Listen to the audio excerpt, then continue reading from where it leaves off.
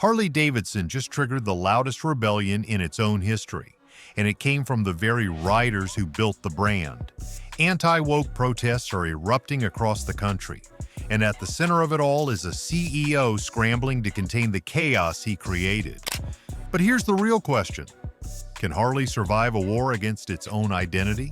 What's happening? Harley Davidson, America's most iconic motorcycle brand, posted a jaw-dropping $117 million loss in the last quarter. The brand that had once been the roaring heartbeat of American motorcycling was now staggering, caught off guard by a collapse no one in the industry had anticipated. In the weeks following the call, a new movement erupted, one that no marketing executive or public relations team could contain.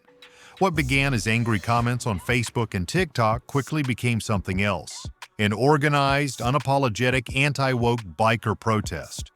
These were not keyboard warriors. These were lifelong Harley riders, men and women who had lived the brand. They were veterans, working-class Americans, and small-town loyalists who had spent decades building their lives around Harley Davidson. And now they felt tossed aside for glossy electric bikes, corporate inclusivity campaigns, and marketing that seemed more concerned with signaling virtue than honoring heritage. But what shocked executives the most wasn't the size of the protests. It was how fast they spread. Within 1 month, over 200 dealerships reported disruptions.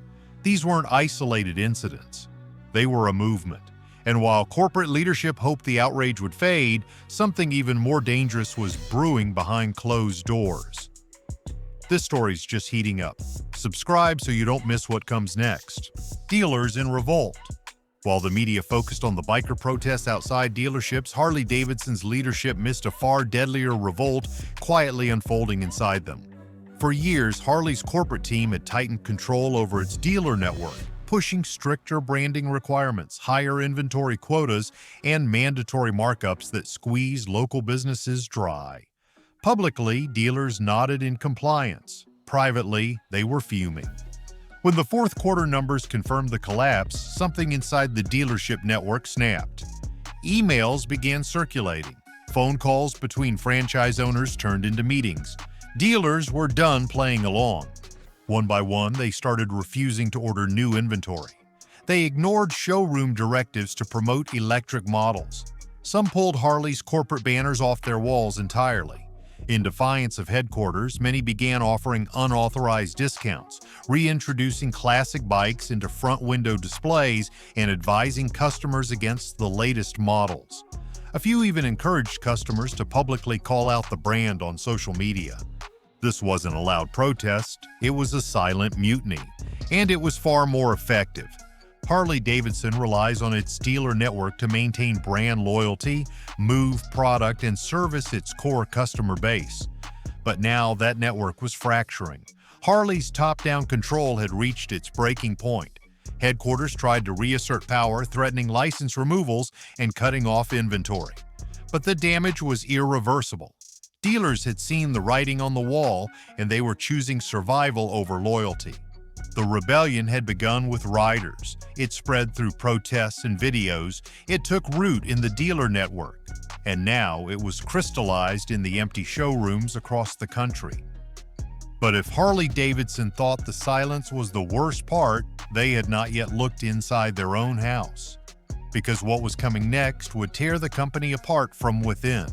The CEO's tone-deaf response. The moment should have been an opportunity for Harley Davidson's leadership to seize control of the narrative. Instead, it became a masterclass in how to pour gasoline on a fire. When Jochen Zeitz, Harley Davidson's chief executive officer, finally addressed the public backlash engulfing the company, the reaction from loyal riders and investors was swift and brutal. They were not just disappointed by what he said, they were infuriated by what he refused to say. In early January of 2025, Zeitz issued a polished corporate press release filled with vague assurances and lofty promises. He spoke of honoring the brand's legacy, listening to diverse voices, and staying committed to innovation. But for the tens of thousands of lifelong Harley riders watching the company unravel, the statement came across as insincere, evasive, and completely disconnected from reality. There was no apology, no accountability, No acknowledgement that Harley-Davidson's pivot toward corporate activism had alienated its core audience. For riders who had been with the brand for decades, the silence on the real issues was deafening. The company had aggressively promoted electric motorcycles, diversity initiatives, and glossy rebranding campaigns while ignoring the very culture that made Harley iconic. When these same riders protested outside dealerships, flooded social media with backlash, and demanded change, they were met with nothing more than platitudes. Zeitz's statement was supposed to calm the outrage. Instead, it lit a new fuse. Within 24 hours of the press release, YouTube reaction videos dissecting the statement began racking up millions of views. Influential motorcycle vloggers called it tone-deaf corporate theater and accused the company of gaslighting its own customers. Harley forums lit up with fury, with longtime riders saying they finally felt abandoned for good.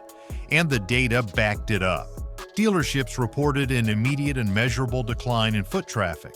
Those who had been on the fence about whether to give Harley another chance made their decision the moment they read that statement. What Zeitz failed to understand, and what no public relations consultant could coach him through, was that this crisis was never about quarterly earnings or shareholder confidence. It was about identity. It was about betrayal. Harley-Davidson was not just a motorcycle manufacturer. It was a lifestyle, a brotherhood, a rebellion on wheels. And by speaking like a Wall Street executive instead of a leader of a cultural movement, Zeitz showed the world exactly how far the company had strayed. But while the CEO's blunder made headlines, the real implosion was just beginning, and it was happening behind closed doors. The Boardroom Civil War. Inside Harley-Davidson's Milwaukee headquarters, the fallout from Zeitz's public misstep triggered an even more dangerous crisis. The boardroom, once a stronghold of unity and vision, had devolved into a battlefield. The company wasn't just facing a cultural revolt on the streets, it was facing a full-blown civil war among its own leadership. According to multiple leaks reported by financial insiders in February of 2025, Harley-Davidson's board of directors was bitterly divided. On one side stood the traditionalists, longtime executives and legacy board members who had built their careers on Harley's connection to blue-collar America. They believed the company had overcorrected, losing sight of its roots in a misguided attempt to win over younger, urban, and politically progressive consumers. On the other side were the progressives, newer board members brought in from Silicon Valley, Wall Street, and global branding firms. They argued that Harley needed to evolve or die. In their view, the company had no choice but to modernize, embrace diversity, and shift toward electric vehicles in order to stay relevant in an increasingly globalized economy. They believed the backlash was a bump in the road, a short-term cost of long-term transformation. The result was paralysis. Emergency meetings turned into shouting matches. Leaked emails revealed that some board members had even called for Zeitz's resignation, accusing him of failing to navigate the crisis and of alienating Harley's loyal base while trying to impress Wall Street. Others defended him, saying his vision was bold and necessary and that resistance from older riders was inevitable. The boardroom split spilled into decision-making. Product rollouts were delayed, marketing campaigns were shelved, internal memos contradicted public messaging. The company was no longer capable of speaking with one voice because it no longer knew what it stood for. And in the corporate vacuum, confusion reigned. Meanwhile, Harley employees watched nervously from the sidelines. Morale cratered. Factory managers, dealership coordinators, and design engineers were left without clear direction. Some began leaking details to the press out of frustration. Others quietly started looking for jobs elsewhere. The boardroom civil war didn't just fracture the leadership team, it sent a signal to the entire market that Harley-Davidson was rudderless. And Wall Street took notice. Wall Street's Judgment Day. The collapse of confidence was not a slow erosion, it was a full-on landslide. On the heels of the disastrous earnings report and the viral protests, Wall Street rendered its verdict on Harley-Davidson in brutal fashion. The company, once seen as an untouchable American institution, was now regarded as a toxic investment. On the morning following Harley's fourth-quarter earnings call, the company's stock opened over 20% lower than its previous close. Within 48 hours, the sell-off intensified. Major institutional investors, pension funds, hedge funds, and private equity groups unloaded millions of shares. Trading volume hit record highs, but prices kept plummeting. By the end of the week, Harley Davidson stock had lost nearly 40% of its value. That single collapse erased billions of dollars from the company's market capitalization. Financial analysts who had once praised Harley for its brand strength and global reach were now calling it uninvestable. But the financial pain was not limited to investors. The collapse triggered margin calls, forced divestitures, and massive losses in retirement portfolios. Small-time investors, many of whom were longtime Harley riders themselves, lost tens of thousands of dollars. The emotional connection they had to the brand made the loss sting even more. The damage extended to Harley's suppliers and financing partners. Credit rating agencies began issuing warnings. Bond yields spiked. Banks reevaluated their exposure. Harley's ability to raise capital shrank overnight.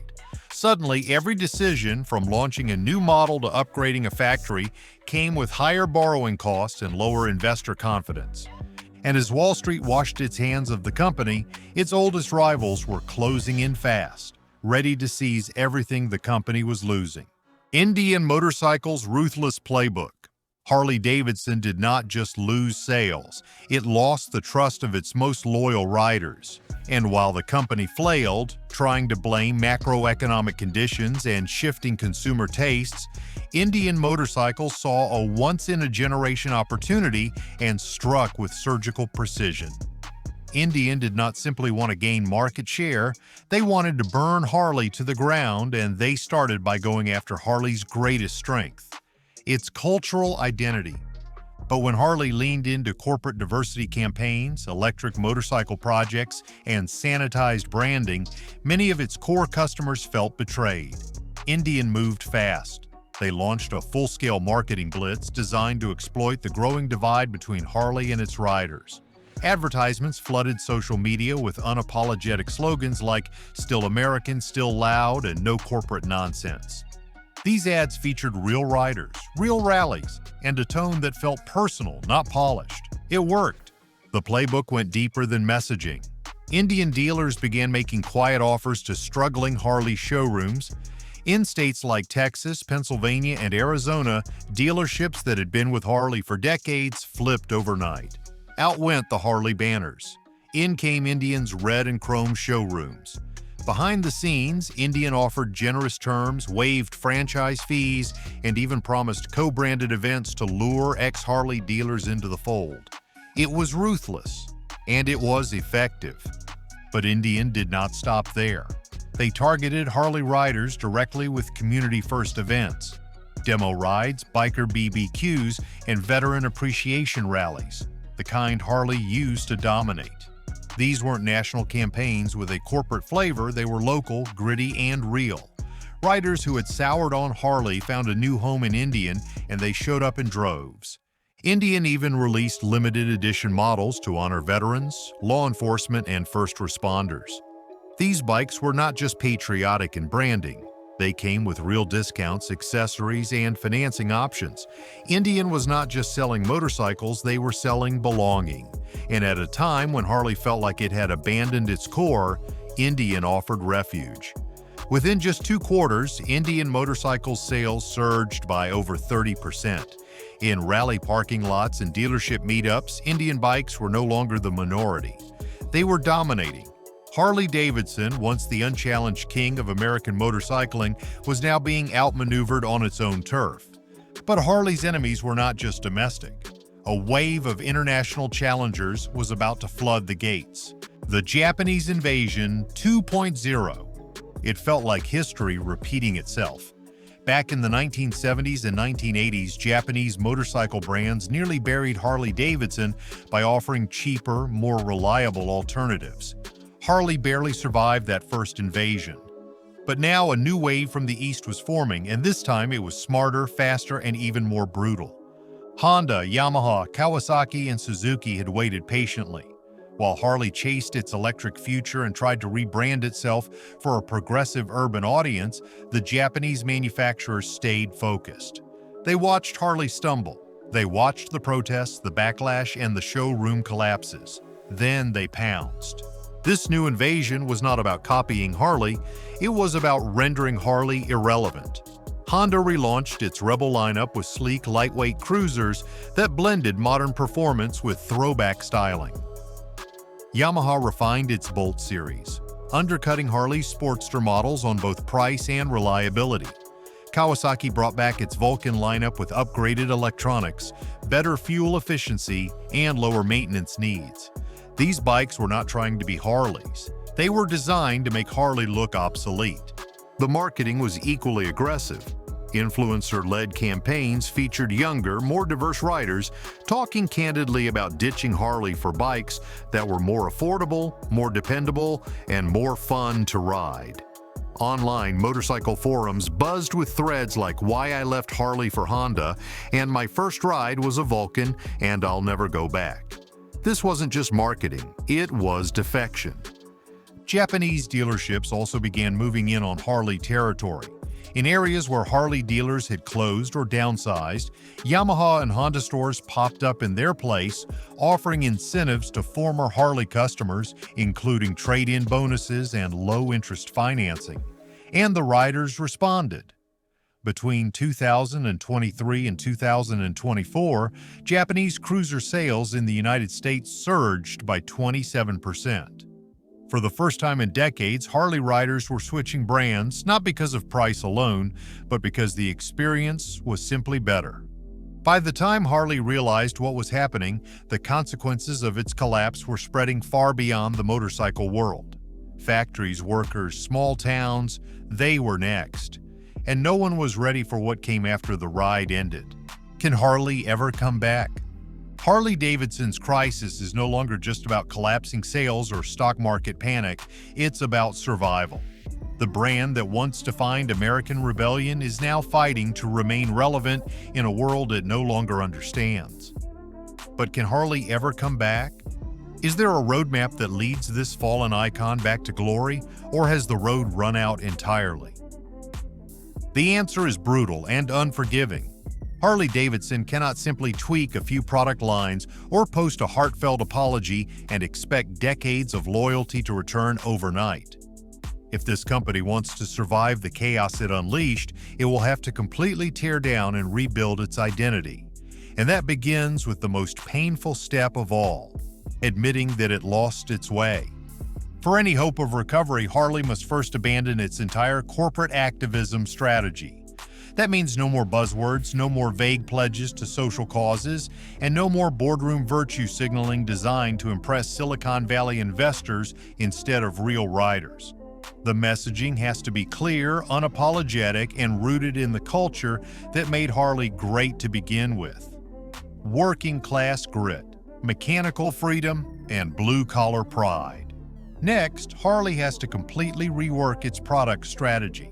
The current pricing model is unsustainable and elitist, charging over $30,000 for a basic touring bike while competitors offer equivalent machines for half that price is corporate arrogance disguised as tradition. The company must lower prices across the board, eliminate bloated dealership fees, and reintroduce a true entry-level cruiser that reflects the economic realities of today's working Americans. Harley once thrived because it was aspirational yet attainable. Now it is just expensive. Rebuilding also requires Harley to overhaul its relationship with dealerships. These are not just points of sale, they are the front lines of the brand. The company must remove rigid corporate pricing mandates, end punitive inventory policies, and return decision-making power to the dealers who understand their local markets. Harley needs to reward loyalty and innovation from the ground up, not punish dissent from the top down. But perhaps the hardest change will be internal. Harley must rethink who it listens to. Wall Street will always demand growth, but the soul of this brand never came from investors. It came from the road. If Harley cannot prioritize the biker community over corporate shareholders, then it has no future. The company must return to rider-centric decision-making. That means listening not just to market research, but to mechanics, club members, veterans, and weekend riders, the people who actually ride these machines. And yet, even if Harley embraces every painful reform, there's one final truth it must accept. The road back is not guaranteed. Public trust, once lost, is almost impossible to rebuild, but it is not impossible. And in the rare cases where brands have clawed their way back from the edge of extinction, it has always required something more than strategy. It required humility. Harley must stop pretending it knows best. It must become a listener again. Only then does it have a chance. But before Harley can rebuild, it must face the full fallout it created. And that story begins not in the boardroom, but on the streets of America's heartland, where an economic storm is now in full swing. The economic shockwave across America. When Harley Davidson began to crumble, it did not just take its own future down with it, it triggered a wave of economic devastation across the United States that is still growing in scope. This was not just the fall of a motorcycle brand. It was the collapse of a working-class economy that had been built around the roar of V-twins, chrome parts, and American steel for more than a century. The first cracks appeared in the dealerships. By the winter of 2024, Harley showrooms from California to North Carolina were shutting their doors for good. Locations that had survived recessions, oil crashes, and even the global pandemic were now being bulldozed by corporate mismanagement and cultural alienation. Towns like Fullerton, California, and Alexandria, Louisiana, places where Harley dealerships were institutions, saw longtime businesses vanish overnight, and with them went hundreds of jobs. But the layoffs didn't stop at the showroom floor. Local gear shops, roadside diners, towing companies, and custom part manufacturers, businesses that had built their entire model around Harley culture, saw their customer base evaporate. These weren't just economic losses. They were cultural erasures, places where biker rallies were once held, where customers gathered on weekends, where generations of mechanics passed on knowledge, all of it gone. Then came the factory shutdowns. In early 2025, Harley quietly began cutting shifts in Wisconsin, Pennsylvania, and Missouri. Plants that had been the economic backbone of small towns began scaling down or shuttering entirely. Union workers, some with over 30 years on the job, were given pink slips and severance packages instead of stability. The ripple effects were devastating. Local tax revenues dried up. Public services were slashed. Entire towns entered a financial tailspin. And yet these closures weren't just about money. They were about meaning. For many Americans, Harley was more than a product. It was a point of pride. It meant something to say you worked on a Harley line or sold Harleys at a local shop. When that was taken away, something deeper was lost. This is the hidden cost of cultural betrayal. When a brand built on community turns its back on that community, it does not just lose customers, it leaves behind a trail of devastation. And while Harley executives scrambled to explain away the collapse as macroeconomic headwinds, the people who actually kept the company running knew better. They were the casualties of a leadership team that forgot where its roots were planted. And among those casualties, one group wasn't going down without a fight. Because the workers who kept Harley's legacy alive weren't just angry, they were organizing. The Union Rebellion begins. While Harley's leadership fought to keep its stock price above water, a very different kind of battle was erupting behind closed doors. One led not by executives or investors, but by the very workers who had kept the brand alive. The mechanics, the line workers, the service techs, Harley's forgotten soldiers, were done waiting. The rebellion had begun. It started quietly in late 2024, just after the fourth quarter collapse. In factories across Wisconsin and Missouri, union reps began holding emergency meetings.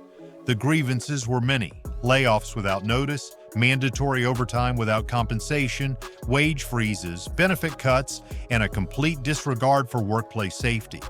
But the outrage went deeper than policy. The workers felt betrayed, emotionally, culturally, professionally. At the York plant in Pennsylvania, employees who had spent their lives building Harley engines were suddenly told their roles would be replaced by automation or outsourced to cheaper facilities in Brazil and Thailand. Some workers had trained their own replacements, only to be let go a month later. That betrayal lit a fuse that corporate could not contain. By January of 2025, the unions had drawn a line. They launched coordinated walkouts, staged demonstrations outside corporate headquarters, and filed a barrage of unfair labor practice complaints. Union lawyers began preparing for class action lawsuits. Inside the factory, signs reading, "Harley forgot who built them," and "This isn't the company my father worked for," appeared on break room walls and employee jackets. Meanwhile, service techs at dealerships joined the cause. Many had taken steep pay cuts during the pandemic and were now being asked to work longer hours under stricter quotas, just as foot traffic evaporated. For them, the final insult was being told to push electric models and corporate promotions that their customers openly despised. What emerged was not just a labor dispute, it was a war for the soul of the brand. Harley Davidson's identity had always been forged by the workers who built and serviced its machines. Now those very people were leading the charge to take it back. And in doing so, they made it clear that Harley's future would not be decided in a boardroom. It would be decided on the factory floor. But by the time the rebellion reached full force, another truth had begun to settle across the industry, one that was even harder to face. Harley's name still existed, but was there anything left behind it? The last ride of an American icon. By the spring of 2025, Harley Davidson was no longer the motorcycle giant it once was. Yes, the name still held power. Yes, the logo still turned heads.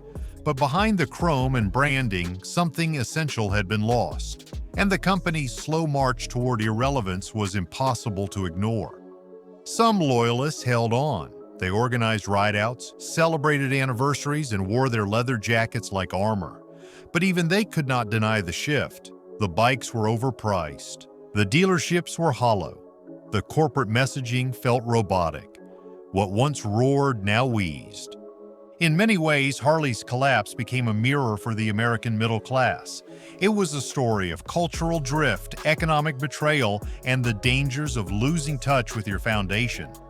Just as manufacturing towns were gutted by globalization and automation, Harley was gutted by its own ambition to be everything to everyone, and ended up meaning nothing to anyone. So, can Harley be saved? That answer remains unwritten. But one thing is clear.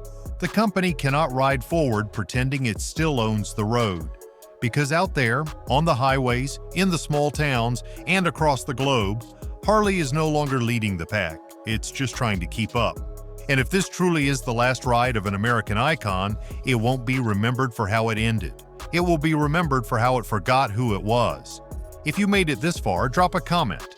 Let me know what Harley means to you. And don't forget to subscribe, because this ride isn't over yet.